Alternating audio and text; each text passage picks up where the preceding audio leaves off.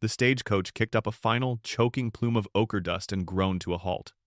For Dr. Eleanor Vance, the sound was less one of arrival and more of a final surrender. She stepped down onto the cracked earth of Redemption Gulch, her polished Boston leather boots instantly filmed with the fine, gritty powder that seemed to constitute the very air. The heat was a physical blow, a shimmering, oppressive weight that promised to bake the hope out of any living thing. Redemption Gulch was a town dying of thirst, not just for water, though that was scarce enough, but for a future. The main street was a wide, desolate artery, flanked by sun-bleached wooden storefronts, some boarded up, their signs faded into illegible ghosts. At the far end of town, the glint of steel offered the only promise, the Union Pacific Railroad, inching its way west. But even that looked tired, the tracks seeming to peter out into the sagebrush-dotted expanse as if the effort of reaching this place had been too much. Ellie clutched the handle of her heavy medical bag, its familiar weight a small anchor in this sea of desolation. She was a stark anomaly here. Her traveling suit, though practical by Eastern standards, was an elaborate costume of dark wool in this land of faded denim and sweat-stained cotton. Her hair, pinned in a severe but neat bun, fought a losing battle against the dry, insistent wind. At 28, her face was sharp and intelligent, her gaze direct and assessing the look of a physician, a look that had already earned her more than a few resentful glares on the long journey from Omaha. The town's suffering had a name, Jedediah Thorne. She hadn't met the man, but his presence was as palpable as the heat. He was a specter in a tailored suit, they said, a man who had arrived 5 years prior with a fat wallet and a portfolio of perfectly legal, utterly predatory documents. He'd bought the deed to the only reliable spring-fed well in the valley. Now, he sold water by the barrel at prices that felt like extortion. He owned the mortgage on the saloon, the general store, and the livery. He was a patient predator, content to let the town wither on the vine until he could snap up the remaining land for a pittance when the railroad inevitably declared the spur line a loss. Enforcing Thorne's will was a more corporeal threat, a hulking brute named Silas Croft. He was Thorne's shadow, a man whose sneer was his primary form of communication and whose fists did the negotiating. Croft and his handful of hired layabouts ensured Thorne's business interests were never impeded by quaint notions of community or desperation. Ellie's clinic was a testament to her current station. She'd secured the only available structure she could afford, the old, abandoned assay office.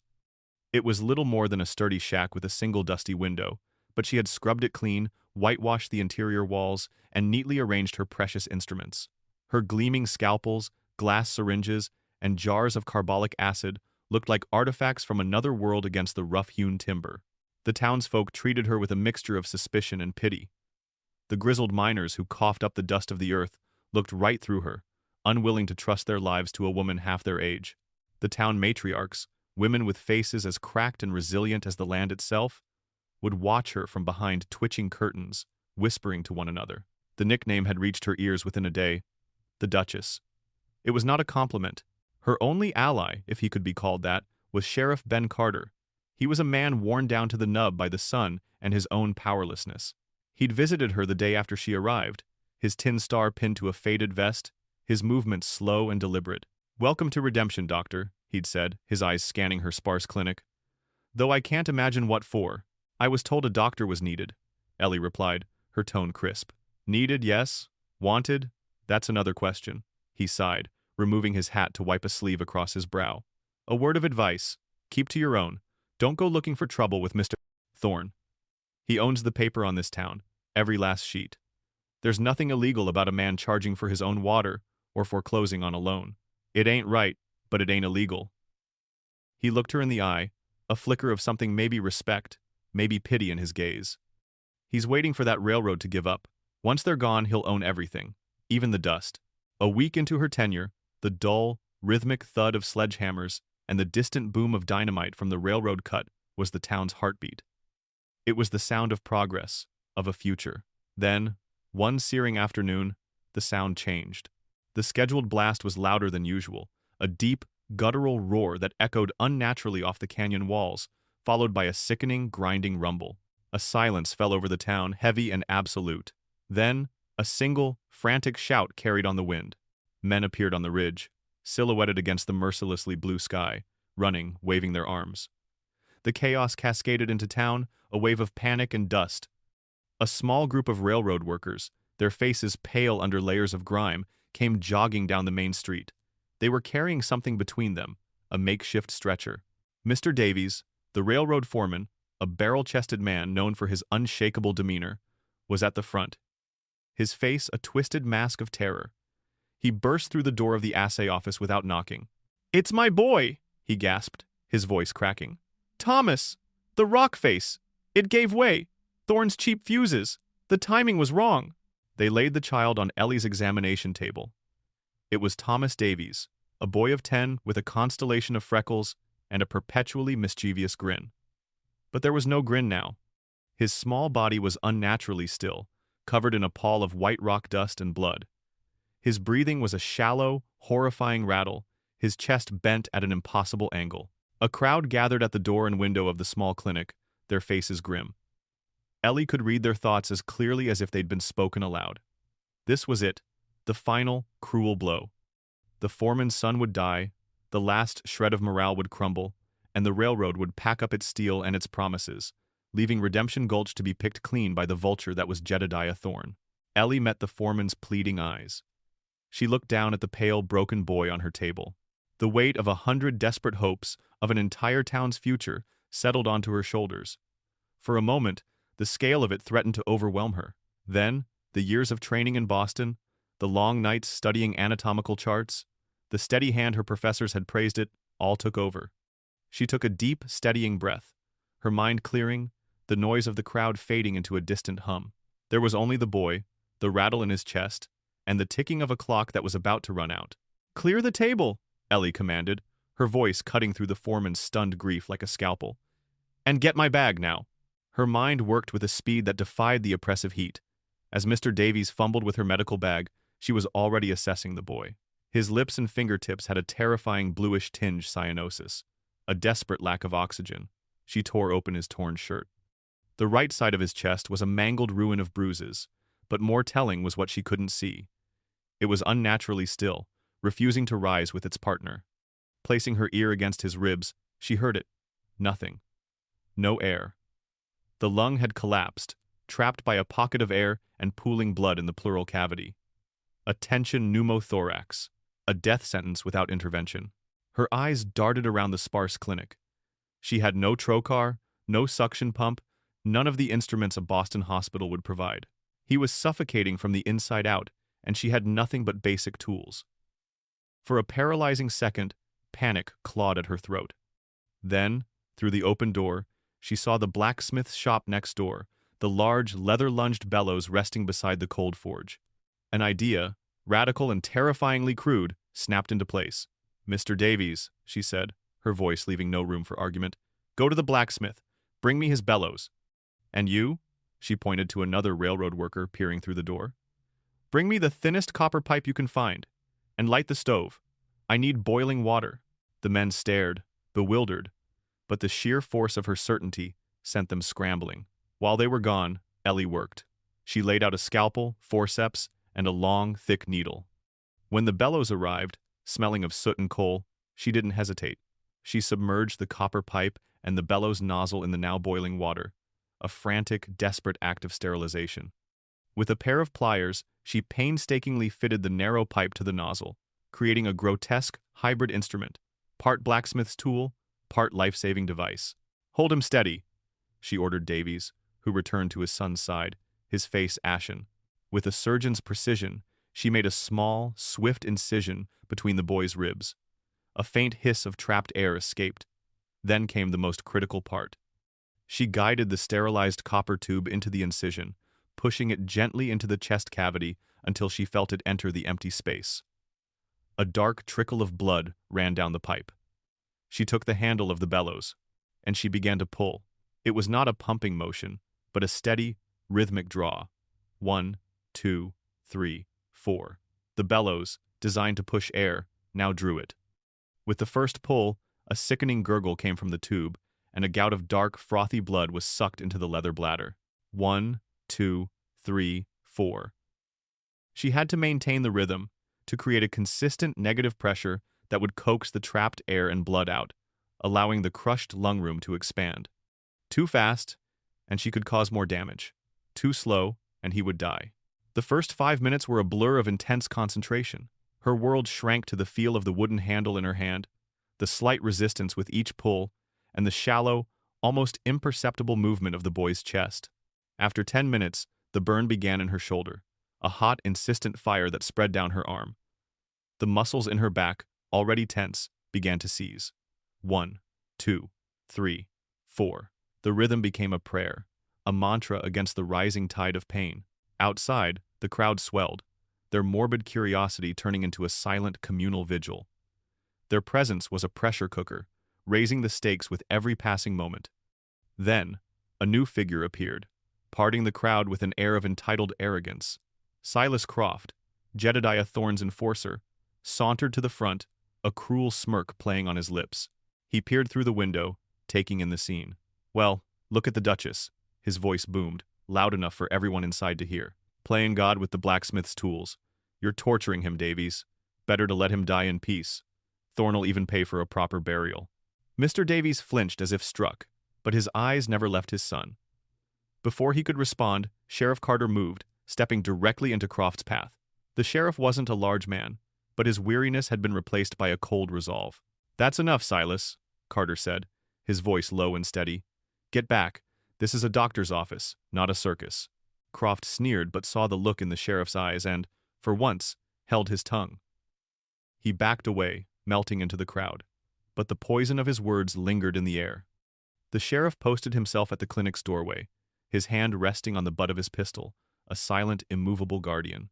20 minutes in, Ellie's starched collar was soaked through with sweat. It dripped from her temples, stinging her eyes. Her arm was a dead weight, a screaming appendage she forced to move through sheer will. 1, 2, 3, 4. She had to switch hands. For a terrifying half-second, the rhythm broke. The boy's skin seemed to darken. She seized the handle with her left hand, her movements clumsier, the pull less steady. 1, 2, 3, 4. She found the rhythm again, her body screaming in protest. A figure appeared at her elbow. It was Martha, the stern owner of the general store, the woman who had looked at Ellie with such open disdain. She said nothing. She simply placed a tin dipper of cool water on the corner of the table, within Ellie's reach, and retreated. It was a gesture of truce, of respect, earned in sweat and desperation. Ellie barely registered it, her focus absolute. 40 minutes. Her vision began to tunnel. The faces of the crowd, the dusty street, her own clinic, it all faded into a blurry periphery. All that existed was her aching arm, the bellows, and the fragile life beneath her hands. Doubt, a cold and insidious serpent, began to coil in her mind. "It's not working. His color isn't changing. You're just delaying the inevitable. You're failing." 50 minutes. Her arm was numb, a clumsy club she could barely control. The pulls became ragged. The rhythm faltered. A wave of dizziness washed over her, and for a horrifying instant, she thought she was going to faint. Her grip on the handle slackened. "He's gone. You've lost him." "This is how it ends," she thought. With failure, with the town's last hope bleeding out on her table. And then, in the depths of her despair, she heard it. A sound so small it was almost imaginary. A tiny, hitching gasp. Her eyes snapped wide open. Was it real? She held her breath, listening. It came again, a fraction stronger this time. A shudder passed through the boy's small frame. It was a breath, an independent, ragged, beautiful breath. Adrenaline surged through her, a bolt of lightning that banished the pain and fatigue. She took the handle firmly and gave another 5 steady, rhythmic pulls, clearing the last of the fluid. She watched, her heart hammering against her ribs, as Thomas Davies took another breath, and then another. The rise and fall of his chest was shallow, but it was his. The terrible blue tinge in his lips began to recede, replaced by a pale, fragile pink. A choked sob broke the silence. Mr. Davies crumpled into a nearby chair, burying his face in his hands, his broad shoulders shaking. Outside, a collective gasp rippled through the crowd as they witnessed the miracle. The crisis had passed.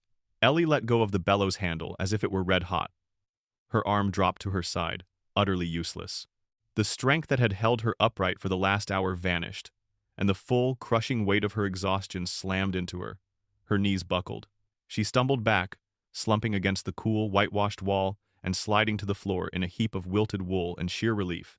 Through the dusty window, The first golden rays of the rising sun cut across the room, illuminating the tiny motes of dust dancing in the air. The longest hour was over. She had done the impossible. For a long moment, the only sounds in the clinic were the boy's shallow breaths and the foreman's ragged sobs. Ellie remained on the floor, the whitewashed wall cool against her overheated skin, her body a dead weight of exhaustion. Slowly, the world filtered back in. The hushed awe of the crowd outside, the distant, determined clang of a hammer on steel, the dawning of a new day over Redemption Gulch. Mr. Davies finally composed himself enough to stumble over to her, his large, calloused hands hovering uselessly as if he were afraid to touch her. "Doctor," he said, his voice thick with emotion. I don't have words. What you did. Just get him into the cot in the back," Ellie managed, her own voice a hoarse whisper.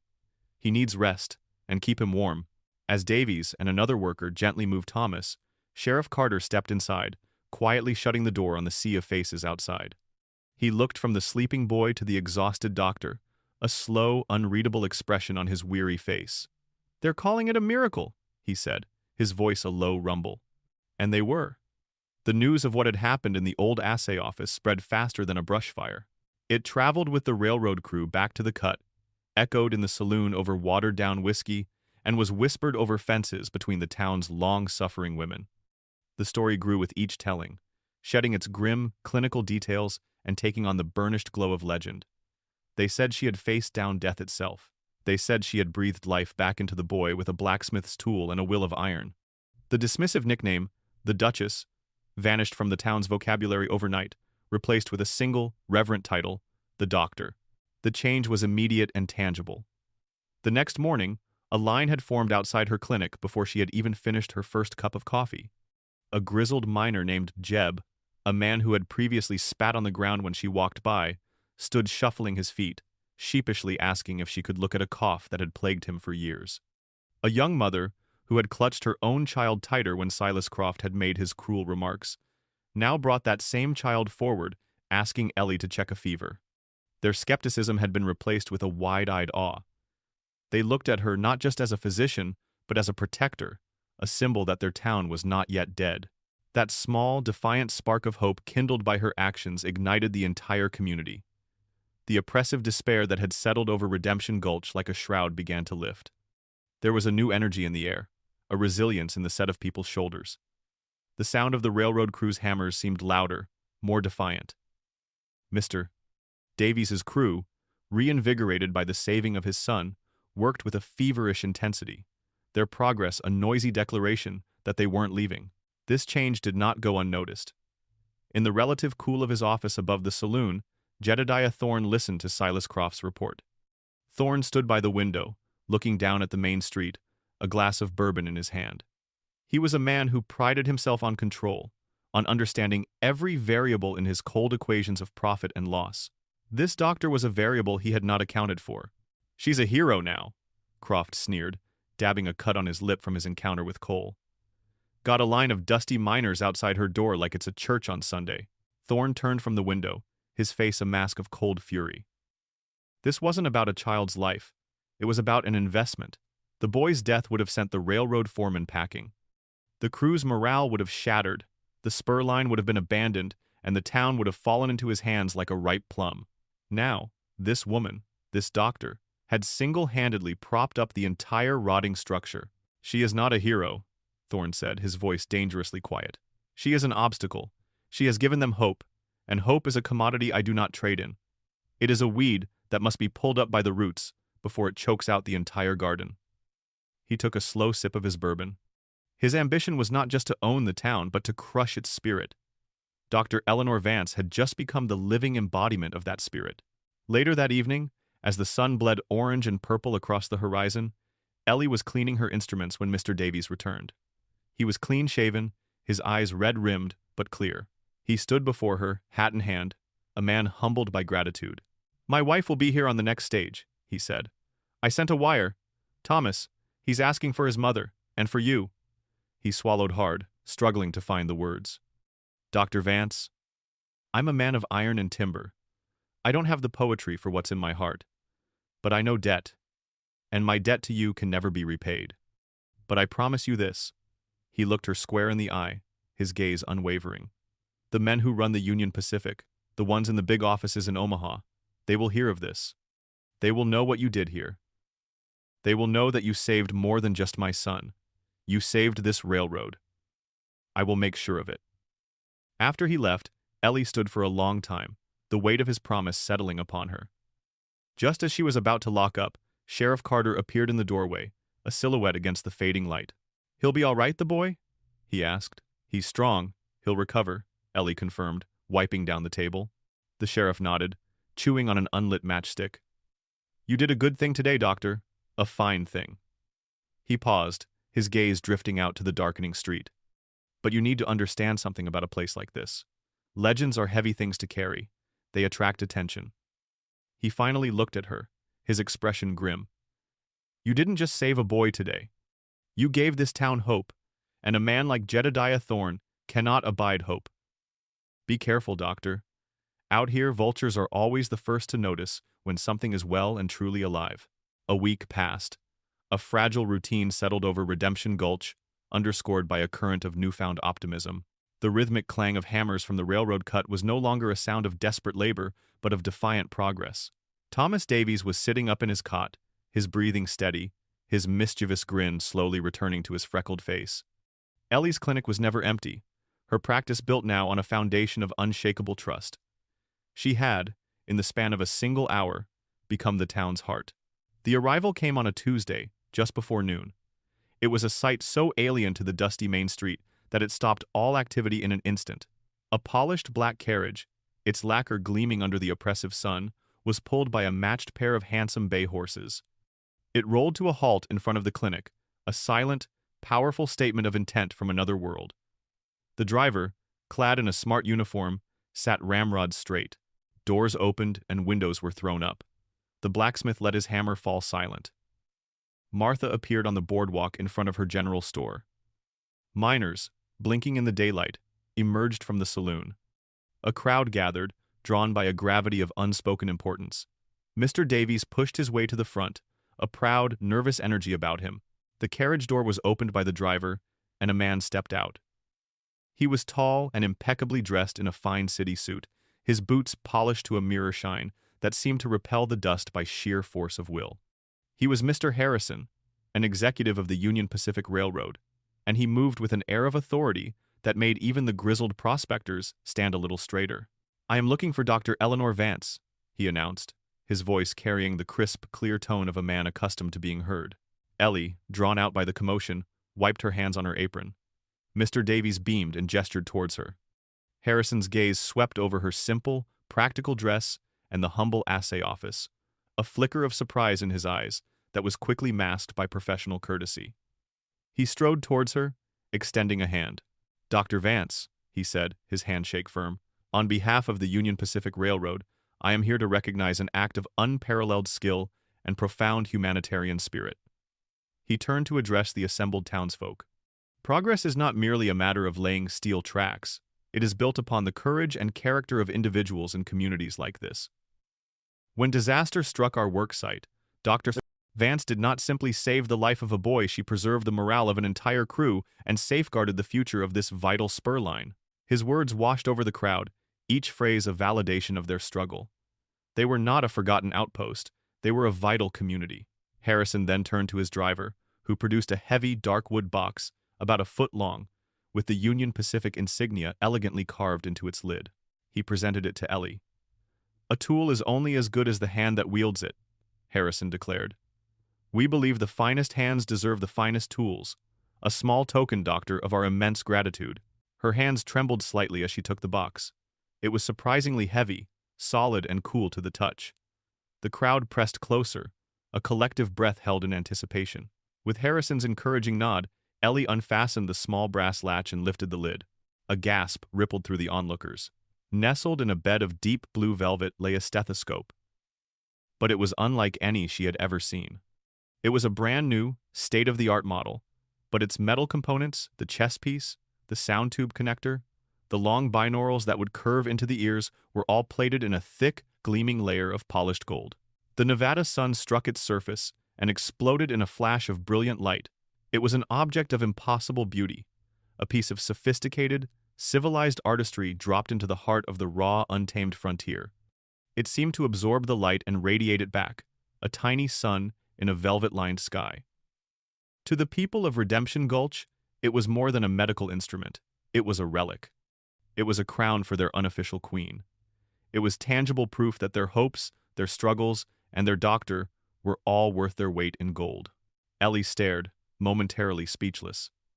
It was the most beautiful thing she had ever held. It was also, she knew instantly, a burden. She felt the weight of it, not just in her hands, but on her shoulders. It was a symbol, and she was its keeper. The town's newfound hope was now manifest in this single, shining object. From the second-story balcony of the saloon, two men watched the ceremony unfold. Silas Croft leaned against the rail, a disgusted scowl on his face. Jedediah Thorne stood beside him, perfectly still, a thin, venomous smile on his lips. As the townsfolk broke into heartfelt applause, Thorne brought his own hands together in a slow, deliberate clap, the sound a mocking counterpoint to the genuine celebration below. His eyes were not on Ellie. They were fixed on the glint of gold in her hands. He saw not a symbol of hope, but an object of value, a focal point of defiance that he could now target, tarnish, and take. Later, as the crowd began to disperse and Mr. Harrison's carriage prepared for its departure, Thorne and Croft descended the saloon steps. They moved through the remaining well-wishers, who parted before them with looks of fear and resentment. Thorne approached Ellie, his smile now one of false sincerity. "Congratulations, Doctor," he said smoothly. "A remarkable tribute, may I?" Before she could answer, he reached out, his movements unnervingly graceful. He didn't touch her hand, but his long, manicured fingers brushed against the stethoscope she was still holding. His touch was cold. His eyes, however, burned with a hot reptilian avarice as they traced the golden curves of the instrument. He saw its monetary value, its symbolic power, and the pleasure he would take in stripping it away from her and the town that revered her. He held her gaze, his smile never wavering. "A beautiful thing," he murmured, his voice a silken threat. "It would be a shame if something were to happen to it." He let his eyes drift from the stethoscope to her face. Or its owner. He let the words hang in the air for a moment, then added, "This is a dangerous country for valuable things." With a final, chillingly pleasant nod, he turned and walked away, Silas Croft falling into step behind him like a loyal hound. The warmth of the celebration vanished, replaced by an icy dread that crept up Ellie's spine. The magnificent gift in her hands suddenly felt immensely heavy, no longer just a symbol of honor, but a gilded target. Jedediah Thorne's threat was not the hot, explosive anger of a common thug. It was the cold, patient promise of a snake coiling in the dust. In the days that followed, the town felt that coil begin to tighten. Thorne's campaign was not one of open violence, but of 1,000 calculated cuts, a systematic war of attrition designed to bleed the town's newfound hope dry. His first move was against the town's most vulnerable point, its thirst. A new sign was hammered into the post beside Thorne's well. The price for a barrel of water tripled overnight. The effect was immediate and cruel. Ellie watched from her clinic as families approached the well, read the sign, and walked away with half-full buckets, their faces etched with a weary calculus of choosing between water for their children and food for the table. Silas Croft and his men were always there, lounging in the slivers of shade, their presence a silent mockery of the town's desperation. They were the gatekeepers to life itself, and they reveled in it. The next front in Thorne's war was psychological, and its target was Ellie herself. Croft and two of his cronies took to loitering on the boardwalk across from her clinic. They did nothing illegal. They just sat there, for hours on end, whittling, spitting tobacco juice into the dust, and watching. Their silent, menacing vigil was a poison. Patients would hurry past them, heads down, unwilling to draw their attention. One afternoon, Jeb, the old miner whose cough was finally improving under Ellie's care, was shuffling towards the clinic for his appointment. Croft and his men rose as one, blocking his path. "Well now, Jebediah," Croft drawled, his voice thick with contempt. "Off to see the gold doctor?" Jeb clutched his hat, his eyes darting nervously. "I got an ailment, Silas." "An ailment?" One of the others chimed in with a loud guffaw. "Or just a hankerin' to look at her fancy gold listenin' horn? Hope you can afford her. A woman like that, she's too important for common dust coughs now." Croft flicked the brim of Jeb's hat, sending it cartwheeling into the street. The old man flinched, his face flushing with a mixture of fear and shame. He hesitated, glanced at the clinic, then turned and shuffled away, leaving his hat in the dust. From her window, Ellie watched it all, her hands clenched into fists, a cold, helpless rage burning in her stomach. This was Thorne's genius. He used shame and intimidation as deftly as any weapon, chipping away at the very trust she had just earned. Across the street, sitting on a bench outside the livery, a man watched the scene unfold. He was a drifter, one of the countless men who seemed to wash up in towns like Redemption Gulch before the tide inevitably pulled them away again. But this one was different. He was preternaturally still, his quietness a stark contrast to the nervous energy of the town. His face was a roadmap of hard miles, with a thin, white scar cutting through his left eyebrow. His clothes were worn but clean, and his hands, resting on his knees, were never far from the worn leather holster on his hip. He was watching Croft, but his eyes, a piercing gray, missed nothing. He saw Jeb's humiliation, he saw the fury in the doctor's window, and he saw the arrogance of Thorne's men. He did not move, but his assessment was as clear and complete as a surveyor's map. His name was Cole. Thorne's final, masterful stroke of cruelty came a few days later. He did not send his enforcer. He came himself, dressed in a sharp suit, a portfolio under his arm. Silas Croft trailed him like a loyal, brutish shadow. He entered the clinic without knocking, a pleasant, predatory smile on his face. "Good afternoon, doctor," he said, his tone perfectly cordial. "I apologize for the intrusion." "What do you want, Thorne?" Ellie asked, her voice flat.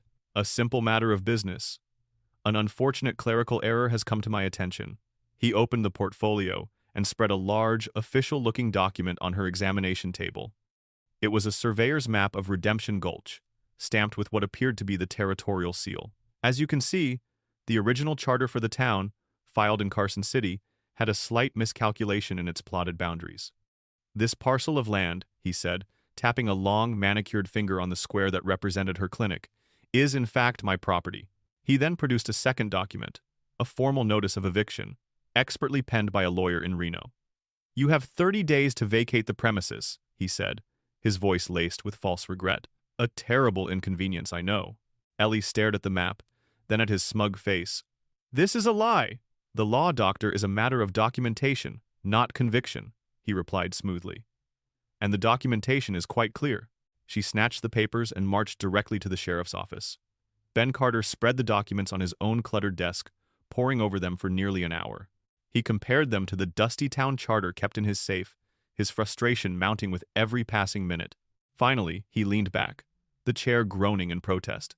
"Ellie," he said, his voice heavy with defeat, "these are forgeries. I know they are, but they're the best I've ever seen. The seal is perfect. The signature on the deed transfer looks like Judge Miller's own. To fight this, we'd need to get a circuit judge to ride out from Carson. That could take months. By then, he didn't need to finish. By then, her 30 days would be up, and she and her clinic would be gone." Thorne was using the slow, ponderous weight of the law itself as his cudgel. Feeling utterly isolated, Ellie returned to her clinic, the eviction notice a lead weight in her hand. A few minutes later, the door creaked open. It was the quiet drifter, Cole. "Heard you were a doctor," he said, his voice a low rasp. He held out his left forearm. An old bullet graze, long scarred over, was red and inflamed, a telltale sign of infection. She gestured to the stool. "Sit." The silence in the small room was thick as they worked. She cleaned the wound with carbolic acid, her touch professional and sure, her hands steady despite the tremor of anger she felt inside. He didn't flinch. He simply watched her, his gray eyes observant. He noted the way she handled her instruments, the focused intensity in her expression. She, in turn, noticed the landscape of scars on his hands, and the profound weariness in his gaze.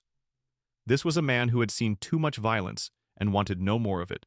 As she bandaged the wound, he finally spoke. "That man Thorne," he said, not as a question, but as a statement. "He doesn't like things he can't own." Ellie paused, securing the bandage. "He seems to think he owns everything." "Some men do," Cole replied. He stood, placing a few coins on the table, more than enough for the treatment. "Thank you, doctor." He gave a slight nod and was gone, leaving only the quiet echo of his presence.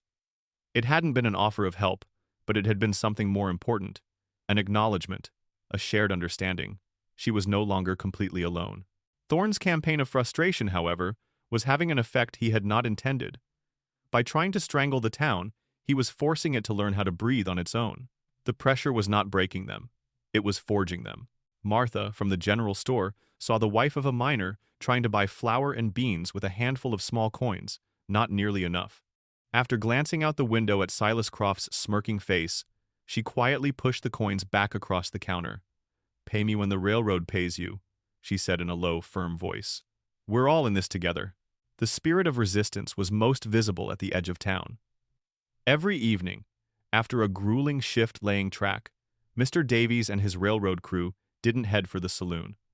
They picked up shovels and pickaxes and, under the foreman's determined direction, began to dig. They were digging a new well, a desperate, back-breaking gamble against geology and Thorne's greed. The rhythmic thud of their tools into the hard, dry earth became a new heartbeat for the town, a sound of pure, unadulterated defiance.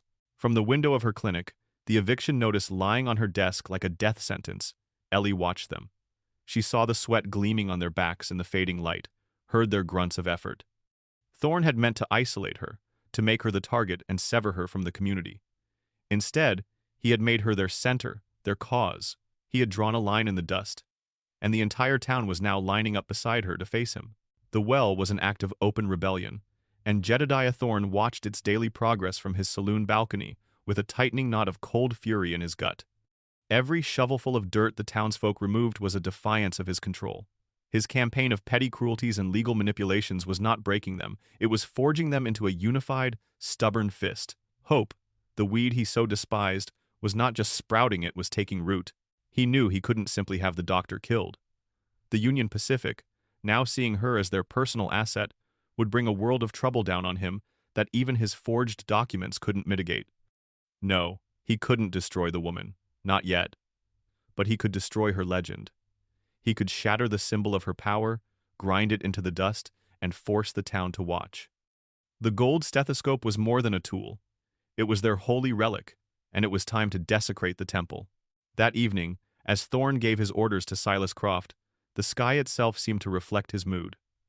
The horizon bruised, turning a sickly shade of purple and gray. The wind began to whisper, then howl, kicking up dust devils in the street and rattling the signs on their hinges. A storm was coming, the perfect cover for a special kind of damnation. Inside her clinic, Ellie worked late by the flickering light of a kerosene lamp. The wind moaned outside, and the first fat drops of rain began to spatter against the window pane. On her desk, the eviction notice lay like a patient she could not save. She was studying a chapter on treating lung fever in a thick medical text, trying to lose herself in the familiar comfort of science and logic, when the sound of splintering wood ripped through the night. The door crashed open, torn from its lock, and slammed against the interior wall. Silas Croft filled the doorway, flanked by 3 of Thorne's hired guns. Rain and wind billowed into the small room, extinguishing the lamp and plunging the clinic into a maelstrom of shadow and noise. Ellie was on her feet in an instant, her heart hammering against her ribs. One of the men relit the lamp with a match, his face illuminated in a demonic, momentary glow. They were soaked, smelling of wet leather and cheap whiskey. Their eyes scanned the room, predatory and destructive. "Evening, doctor?" Silas sneered, his voice a low growl above the storm. He took a step inside, his boots leaving muddy tracks on the clean floorboards. "Mr. Thorne sent us to collect a property tax." His eyes locked onto the velvet-lined box sitting on a high shelf. Ellie's fear was a cold, sharp thing, but it was immediately cauterized by a hot surge of defiant rage. She had been pushed, intimidated, and threatened. She would not be broken. She didn't have a gun, and wouldn't have known how to use it if she did. Her weapons were knowledge, precision, and steel of a different sort. She backed away from the men, moving deliberately towards her instrument tray. In one smooth motion, she picked up a heavy 5-inch glass syringe, its needle thick and wicked. In her other hand, she uncorked a brown bottle of carbolic acid, its caustic, antiseptic smell cutting through the air. "Get out of my clinic," she said, her voice low and steady, betraying none of the terror she felt. She held the syringe like a dagger, the bottle of acid like a shield. "That acid will blind a man before he even hits the floor. And I assure you, I know exactly where to stick this syringe so that it will break off in your throat." For a moment the men hesitated, taken aback by the cold, diagnostic fury in her eyes. Then, Silas let out a short, ugly laugh. "Look at that. The Duchess wants to play doctor." He moved with a speed that belied his bulk. He lunged, not for the syringe, but for the acid. He slapped her hand, sending the bottle flying. It shattered against the wall, its contents splashing harmlessly. Before she could react, he grabbed the wrist of her other hand, squeezing until her fingers went numb and the heavy glass syringe dropped to the floor. With his free hand, he backhanded her across the face. The blow was brutal and contemptuous, a crack of flesh on flesh that snapped her head to the side and sent a galaxy of white-hot stars across her vision. She stumbled backward, crashing into a small table and falling to her knees, the side of her face screaming with pain. The fight, what little there was, had gone out of her. Dazed, she could only watch as Silas turned his attention back to his prize. He reached up, grabbed the wooden box, and flipped open the lid. The golden stethoscope gleamed in the lamplight, a treasure in the hands of a goblin. "There it is," he grunted, his filthy fingers reaching for the elegant instrument. A flash of lightning lit up the sky, so bright it was like day. In that stark, momentary glare, a figure was framed in the open doorway, silhouetted against the raging storm. It was Cole. He stood motionless, dripping rain onto the floorboards, his gray eyes taking in the entire scene in an instant. Ellie on the floor, the wrecked room, and Silas Croft with his hand in the velvet box. One of the thugs, recovering from the surprise, let out a yell and charged at the newcomer. Cole didn't draw. He didn't even seem to move much. He simply shifted his weight, and as the man reached him, Cole's elbow shot out, connecting with the man's throat with a sickening crunch. The thug collapsed, gagging and clutching at his windpipe. A second man, more cautious, pulled a long knife and lunged. Cole met the attack, deflecting the blade with his forearm, grabbing the man's wrist, and using his own momentum to pivot, sending the man flying headfirst into a tall cabinet of glass bottles. The sound of shattering glass and the man's groan as he slumped to the floor punctuated the storm. It had taken less than 5 seconds. Now, only Silas was left. He stared at Cole, his face a mask of disbelief and rage. He dropped the box and his hand went to his hip, drawing his Colt revolver. "You picked the wrong town, Drifter," he snarled, leveling the gun. Cole's hand was a blur. It was not the frantic, jerky movement of a panicked man, but the single, fluid, economical motion of a master craftsman. His pistol was out of its holster and fired in what felt like the same instant. The roar of the gunshot in the enclosed space was deafening. Silas screamed, not in pain, but in shock. His revolver, instead of firing, was sent spinning from his grasp, his hand numb and tingling from the impact of Cole's perfectly aimed shot. Before Silas could even process what had happened, Cole had closed the 10 feet between them. A single powerful kick caught the bigger man square in the chest, lifting him off his feet and sending him crashing backward through the clinic's only window. He landed with a heavy thud in the muddy street outside, a heap of broken glass and shattered pride.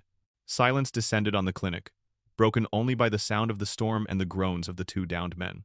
The third, seeing his boss dispatched so brutally, scrambled to his feet and fled out the door into the night.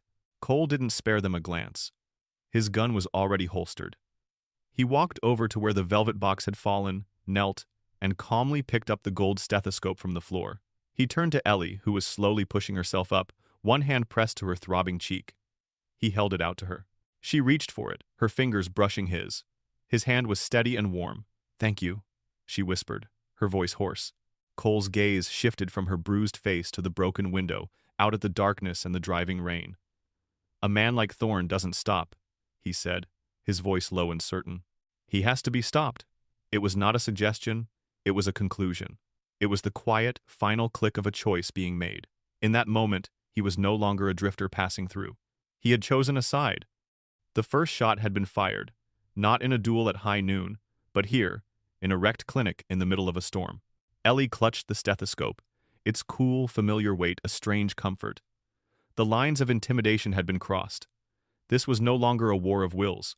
It was a war for survival. The sight of Silas Croft, bleeding and broken, being dragged back to the saloon was the spark that ignited Jedediah Thorne's final explosive rage.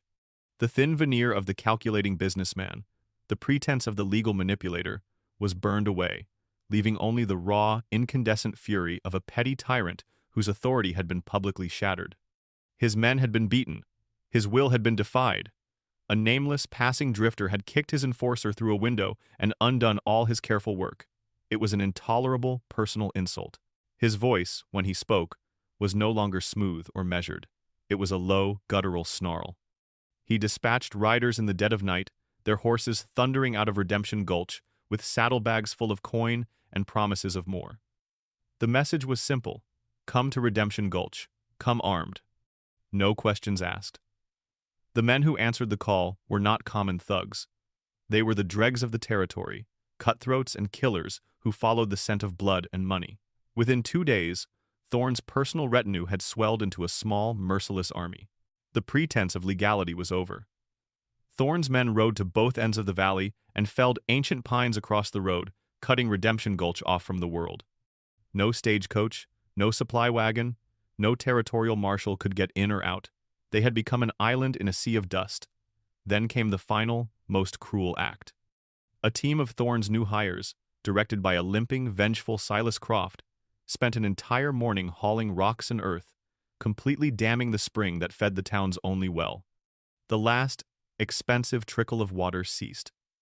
The silence from the well pulley was the sound of a death sentence being read aloud.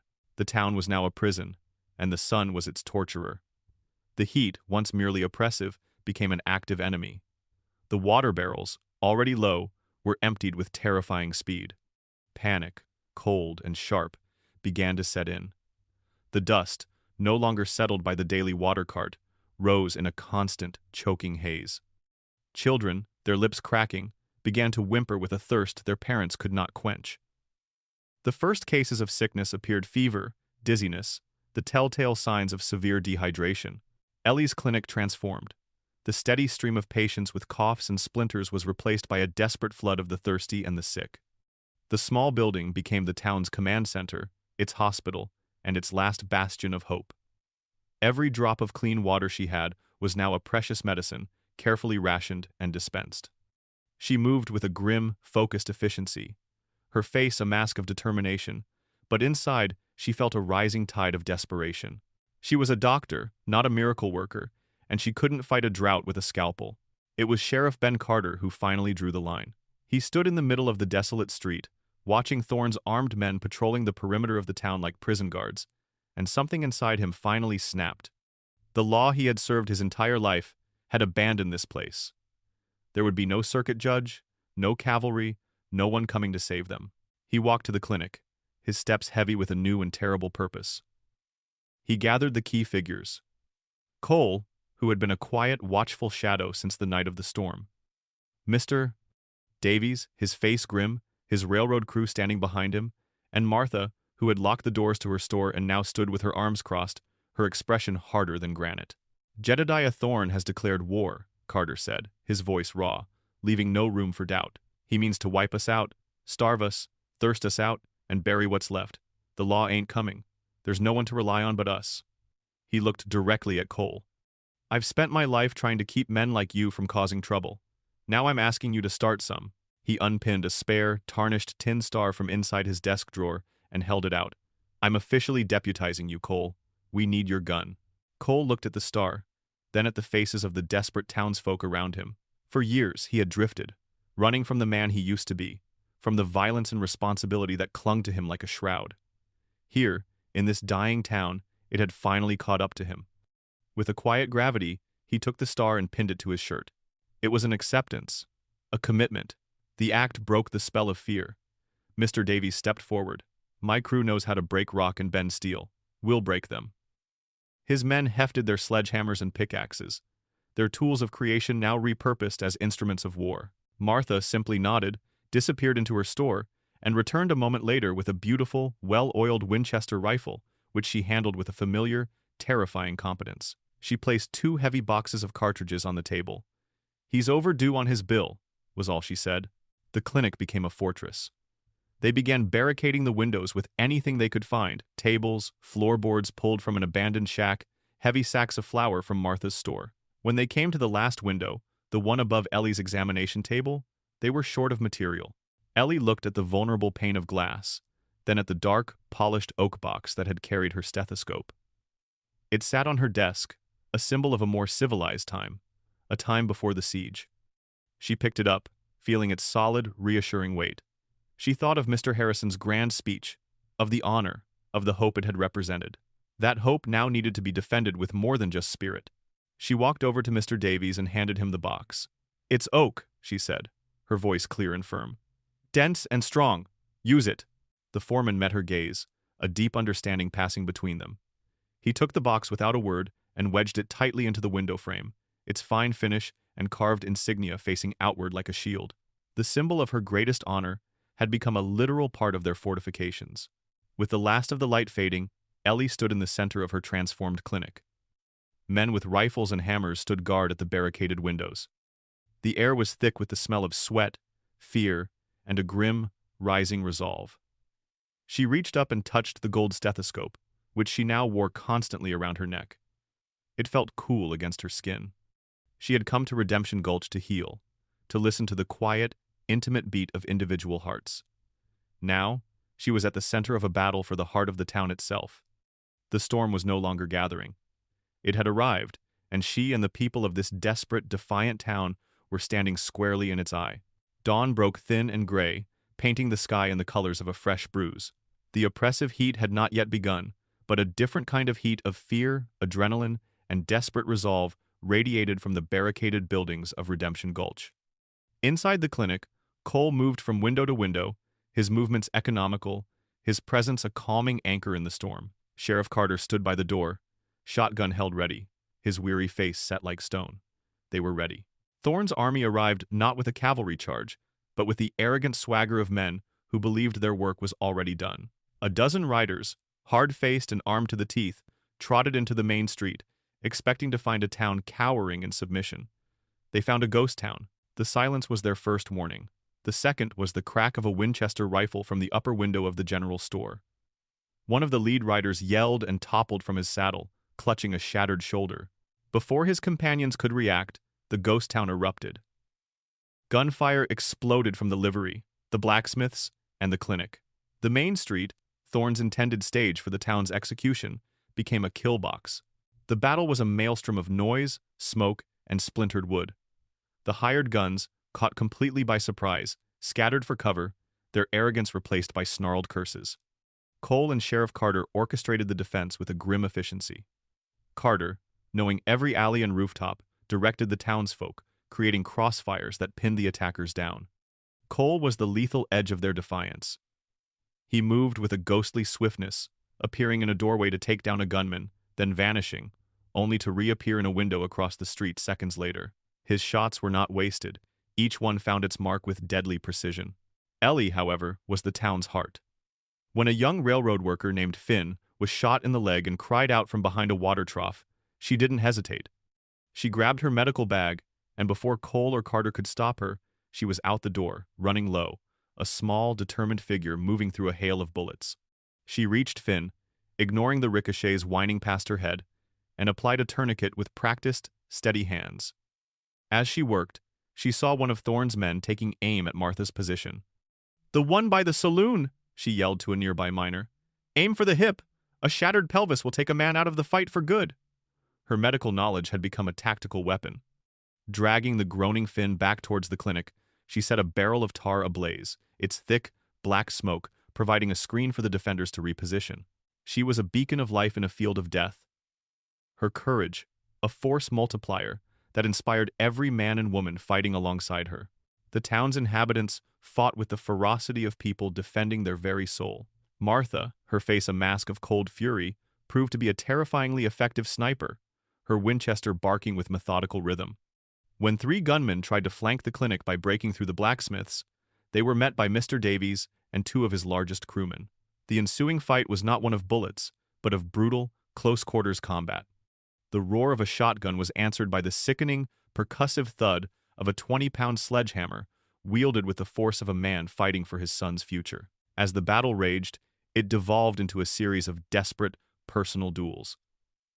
Silas Croft, his face twisted with hatred, had eyes for only one man. He saw Cole reload behind an overturned wagon and charged from cover, firing wildly. "Drifter!" he roared. "You're dead!" Cole moved, rolling away as bullets chewed the wood where he had been. The street cleared as if by unspoken agreement. This was their fight. Dust and gun smoke swirled around them. It was a classic duel of the West, but stripped of all romance, leaving only a brutal, personal vendetta. Silas was fueled by rage, his movements sloppy. Cole was driven by a cold, clear purpose. Both men drew. The explosions of their guns were a single, deafening clap of thunder. Silas stood frozen for a second, a look of profound surprise on his face, before a dark red flower bloomed on his chest. He collapsed into the dust, his reign of terror finally and irrevocably over. Seeing his chief enforcer fall, and his forces being systematically cut down, Jedediah Thorne panicked. His dreams of a personal empire were turning to ash before his eyes. Cowering in the saloon, he did the only thing a coward could. He took a hostage. He grabbed Martha as she was reloading, pressing the barrel of his pistol to her temple and dragging her into the center of the room. "Stop shooting!" Thorne screamed, his voice high and shrill.